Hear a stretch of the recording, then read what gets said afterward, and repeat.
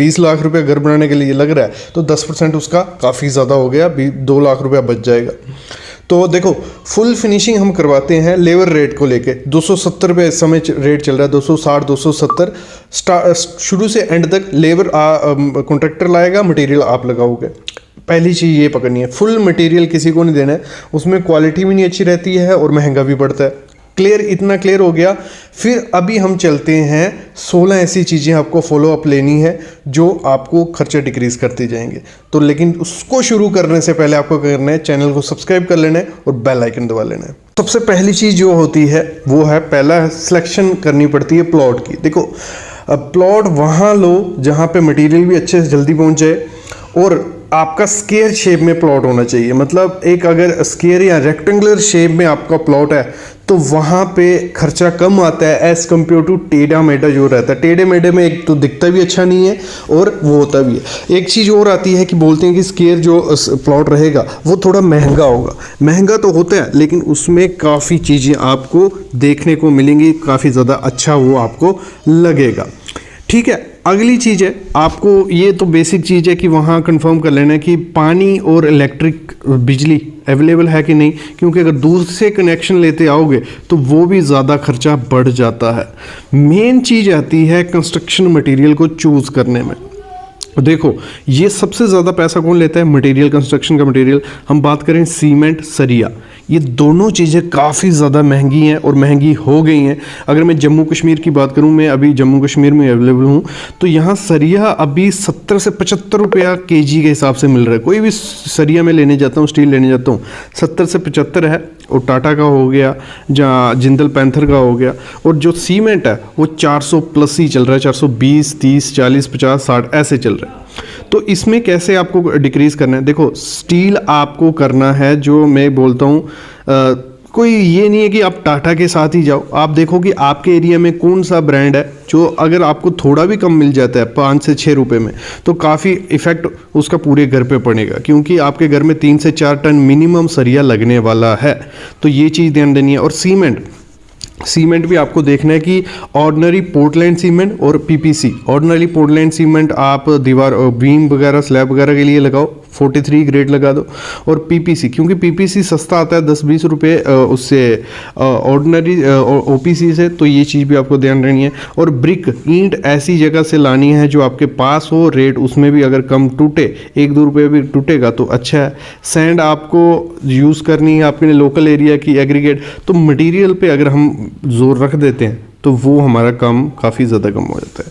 अगली चीज़ होती है आपको अपनी ड्राइंग जो बनवानी है घर के लिए, जो आपका प्लान रहेगा उस पर भी अच्छे से फोकस आपको रखना है कि जो आपको प्लान बनाएंगे उसमें ज़्यादा एलिवेशन आपको नहीं देनी है। एलिवेशन देनी है तो एक अच्छे आर्किटेक्ट, एक अच्छे सिविल इंजीनियर से जो इकोनॉमिकल हो, मतलब एक ऐसी डिज़ाइन नहीं बना डालना है कि जिसके लिए एक्स्ट्रा शटरिंग लगे, जिसके लिए एक्स्ट्रा लेबर लगे, मैन पावर लगे, वो सब चीज़ें नहीं। तो घर के साथ साथ जो हो सके तो उस हिसाब से आपको करना है। अगर मैं बात करूं कि लोग बोलते हैं कि फ्रेम स्ट्रक्चर मतलब बिना कॉलम के बीम के बनाना है, तो वो नहीं हो, क्योंकि बनाने जा रहे हो एक बार बनाओगे, आपको कॉलम और बीम के साथ ही देने, लेकिन अच्छे से ये चीज़ें आपको ध्यान देनी है। सबसे ज़्यादा आदमी जो पैसा बचा सकता है या जिसमें सबसे ज़्यादा पैसा लगता है वो है फिनिशिंग की आइटम। फिनिशिंग का मटेरियल जो रहता है उसमें काफ़ी ज़्यादा पैसा जाता है। तो आपको हमेशा ध्यान देना है कि फ्लोरिंग में आपको टाइल यूज़ करनी है, क्योंकि टाइल मार्बल से कम आती है, ठीक है। और जो आपके फ्रेम रहेंगे इसके विंडो के हो गए या डोर के हो गए, ये आपको MS के फ्रेम यूज़ करने हैं, ठीक है। और दूसरी हम बात करें, और ये जो आपके डोर वगैरह हो गए, जहाँ पॉसिबल हो आप PVC का, बाथरूम वगैरह के लिए आप PVC का यूज़ कर सकते हो। मेन डोर आप वुडन का या उसका यूज़ करिए, बोर्ड जो आता है। तो इसमें आप काफ़ी खर्चा बचा सकते हो, क्योंकि जो फिनिशिंग के मटेरियल है अगर उसमें आप ब्रांडेड में चले गए तो वो काफ़ी ज़्यादा आपका पैसा जा सकता है। और एक चीज़ ध्यान रखना, अपने एरिया में हर चीज़ के लिए कोई भी मटेरियल आप बाय करने जाते हो, अपना पहले होल सेल का कोई बंदा ढूंढ लेना है कि कहाँ पे होल सेल मटेरियल मिलते हैं, 2-3 दुकानों में पूछ के उसके बाद आप करिए। जब एक बार आपकी कंस्ट्रक्शन स्टार्ट हो जाए मतलब एक बार आपने काम लगवा दिया, प्लान सब क्लियर हो गया, तो उसके बाद चेंजेस करना काफ़ी महंगी पड़ सकती हैं। मतलब आप कहोगे कि ये अच्छा नहीं दिख रहा है, ये दुकान ये रूम थोड़ा छोटा है, इसको बड़ा कर देते हैं। ये सब चीज़ें ना आपका कंस्ट्रक्शन कॉस्ट इंक्रीज़ करेंगी, क्योंकि एक तो जो मिस्त्री होता है या कॉन्ट्रैक्टर है वो प्रॉपर से अपना शेड्यूल नहीं बना पाएगा, दूसरा उसमें तोड़ के बनाने में काफ़ी ज़्यादा खर्चा चला जाता है, ये चीज़ भी। और अगली चीज़ आती है, जैसे मैंने कंस्ट्रक्शन मटेरियल की बात की थी, तो आपको हमेशा मेरे ख्याल में रेड ब्रिक की जगह फ्लाई ऐश ब्रिक यूज़ करो, क्योंकि फ्लाई ऐश ब्रिक काफ़ी ज़्यादा सस्ती है, 2 से 3 रुपये सस्ती है रेड ब्रिक से।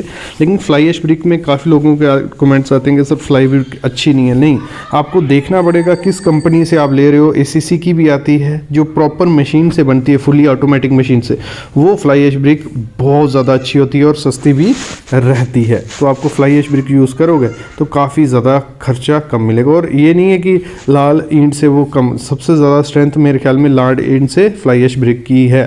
और अगर आप बात कर रहे हो कलर की बात, जो आप पेंट वेंट करवा हुआ है, अपने घर में पेंट इस हिसाब से करवाइए कि मतलब लगा लो स्मूथ, कोई एक टेक्सचर दीजिए। जैसे पहले एक पुट्टी करवाई, फिर पेंट करवाने की मेरे ख्याल में ज़रूरत नहीं रहती। इंटीरियर में आप 2 कोट पुट्टी करके प्राइमर कर लीजिए, काफ़ी ज़्यादा अच्छा देखने को मिलता है एज़ कम्पेयर टू पेंट, ठीक है।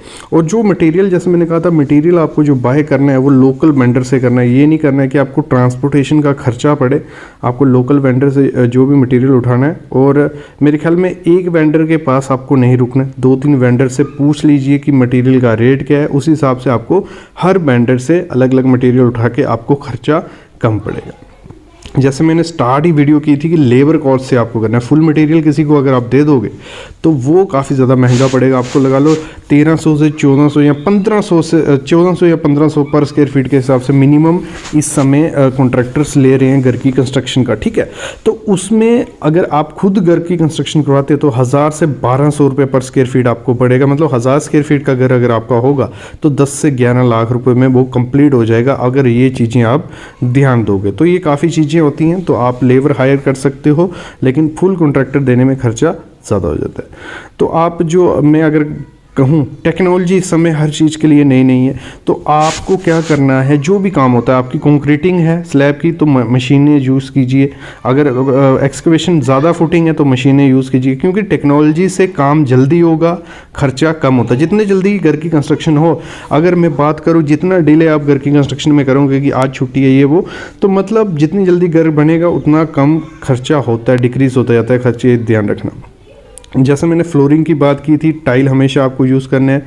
वुडन वर्क में आपको ऐसी वुड यूज़ करनी है जो काफ़ी मतलब एक अच्छी भी हो और अच्छे से उसका वो भी हो।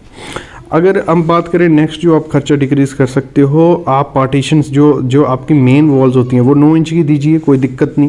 बाकी जो बाकी हैं जो वो पार्टीशन आप 4 से 5 इंच की दीजिए, क्योंकि आप कॉलम बीम यूज़ कर रहे हो। मैं बोलता हूँ बाहर वाली वॉल्स जो हैं 9 इंच की जो आप देने वाले थे, अगर आप कॉलम और बीम प्रोवाइड कर रहे हो तो अगर आप 5 इंच की दीवार भी देते हो तो कोई दिक्कत नहीं है, क्योंकि प्लास्टर दोनों तरफ उसको आने वाला है। तो ये चीज़ है, अगर प्लास्टर में अगर हमें खर्चा काटना हो तो प्लास्टर में हम खर्चा काट सकते हैं ये सिंगल कोड प्लास्टर करके, क्योंकि अगर आपका ब्रिक वर्क अच्छे से हुआ है तो आप सिंगल कोड भी करते हो तो चलेगा, क्योंकि सिंगल कोड का प्राइस रहता है 13 रुपये पर स्क्वायर फीट और डबल कोड का 20 रुपये पर स्क्वायर फीट। यहाँ भी काफ़ी ज़्यादा खर्चा आप बचा सकते हो।